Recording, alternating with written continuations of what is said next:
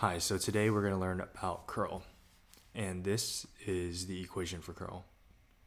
So we'll just go through what each symbol means.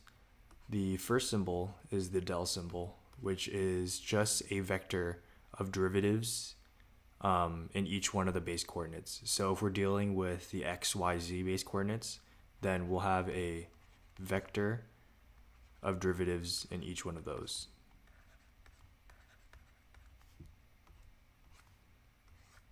So yeah, it's going to look something like this.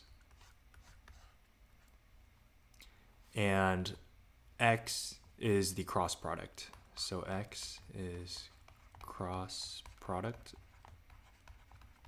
And then f is the vector function. So in this case, it's a three-plane vector function.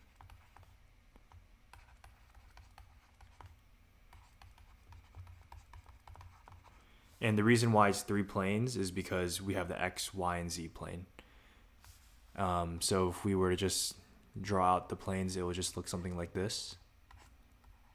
X, y, and then z. And then at each location in this 3D coordinate space, we're going to have a vector, which is described by f. We're not going to say what f represents. It could represent anything, an electric field, force vector. We're just going to assume that it's just a ordinary vector function. So why is it that when we take the curl of del and the vector function, we get something called curl? And before we talk about why that is, we'll just talk about what curl is in a conceptual explanation. So if we place an object at, let's say, if we place a twig at this location and it has a certain curl, that means that that object will spin in the orientation that the curl describes. And we're going to talk about how curl, or how this here leads to curl. So in order to simplify this, we'll only define a vector function in the x, y coordinate. And then that'll simplify a lot of things. So let me just draw a coordinate system real quick. Okay, so in this example, we'll say that there is a vector function only within the xy plane. And we'll say that there's a vector going in this direction at this location. And the reason why I didn't label any numbers on the x or y is because it won't really matter. This is more of a conceptual video, and there's going to be a video on more hand calcs later. So let's say there is a let's say there's a vector at this location in this orientation. So it's only in the y direction, and there's no x. And let's say that there's a vector right next to it that looks something like this. If we were to place a twig at this location, right between it, and let's say the twig is across like this, we could conceptually see that there will be some type of spin on this twig, whether it's in this direction or this direction. And the reason is because the vectors between the left and the right of this twig are not the same. If they were the same, for example, if the vector on the right of the twig was just pointing straight up with the same magnitude, then the twig will just be going straight up.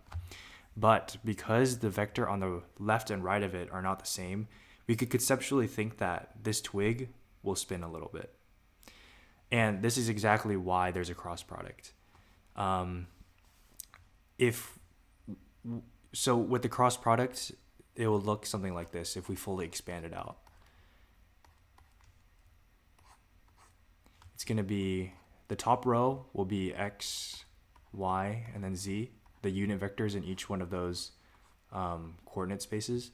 And then the second row will just be the derivatives that corresponds to the base coordinate. And then the third row will be the vector function that describes what the vector will look like in each one of these coordinates.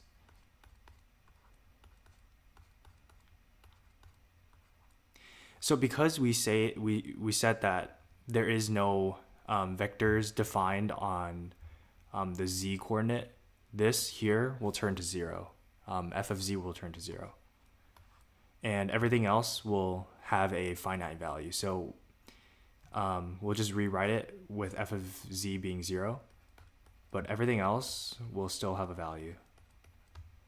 And then we'll see why this has parallels with this image here. Okay, so if we were to take the cross product of this entire thing, we could do that real quick.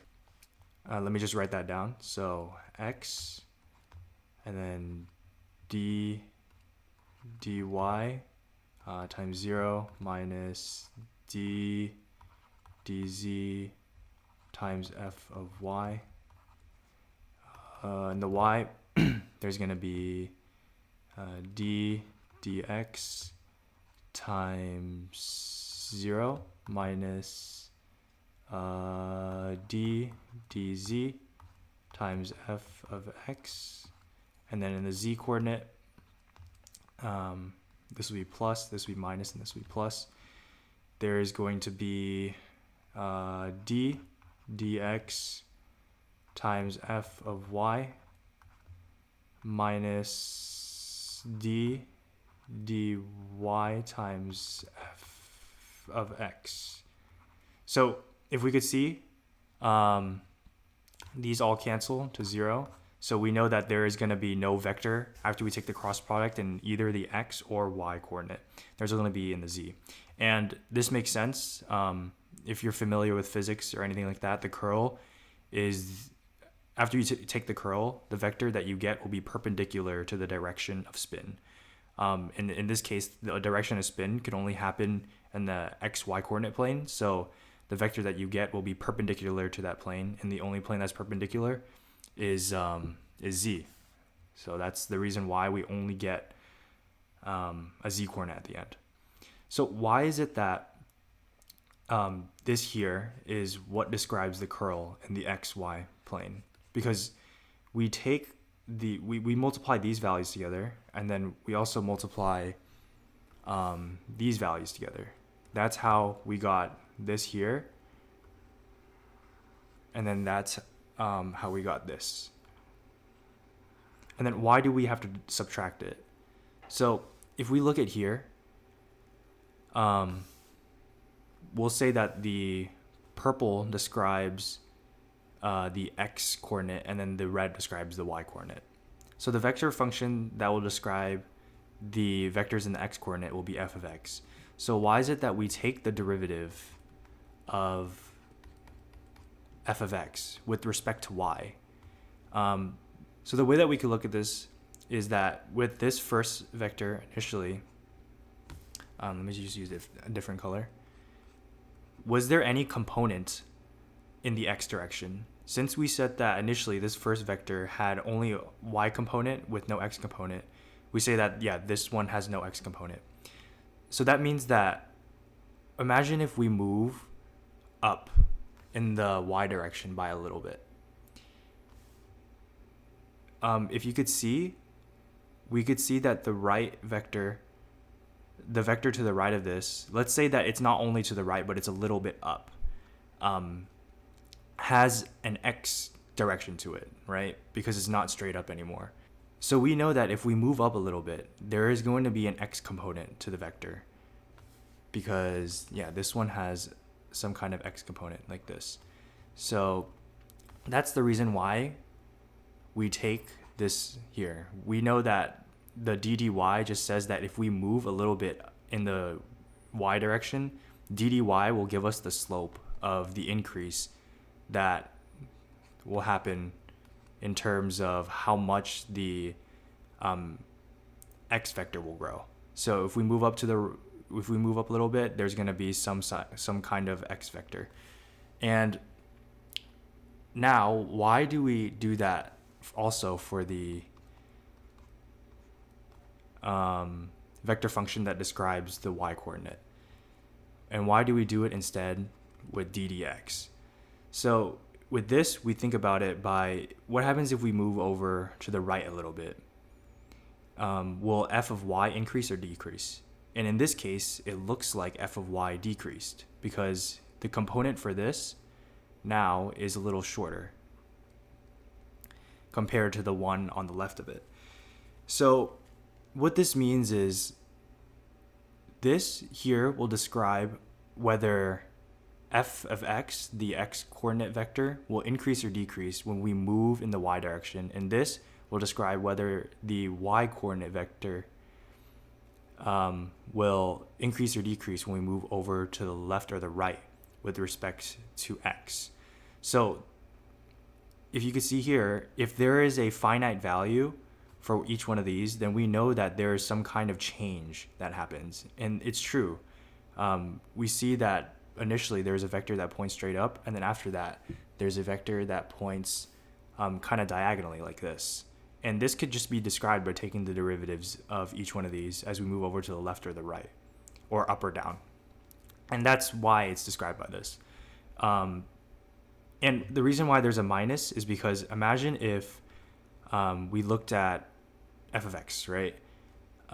If we move up a little bit and it kind of shifts over to the right, but then f of y also grows, that means that the vector will be less diagonal if the vector grows in the y a lot and then only shifts over to the right a little bit. So that's why this vector compared to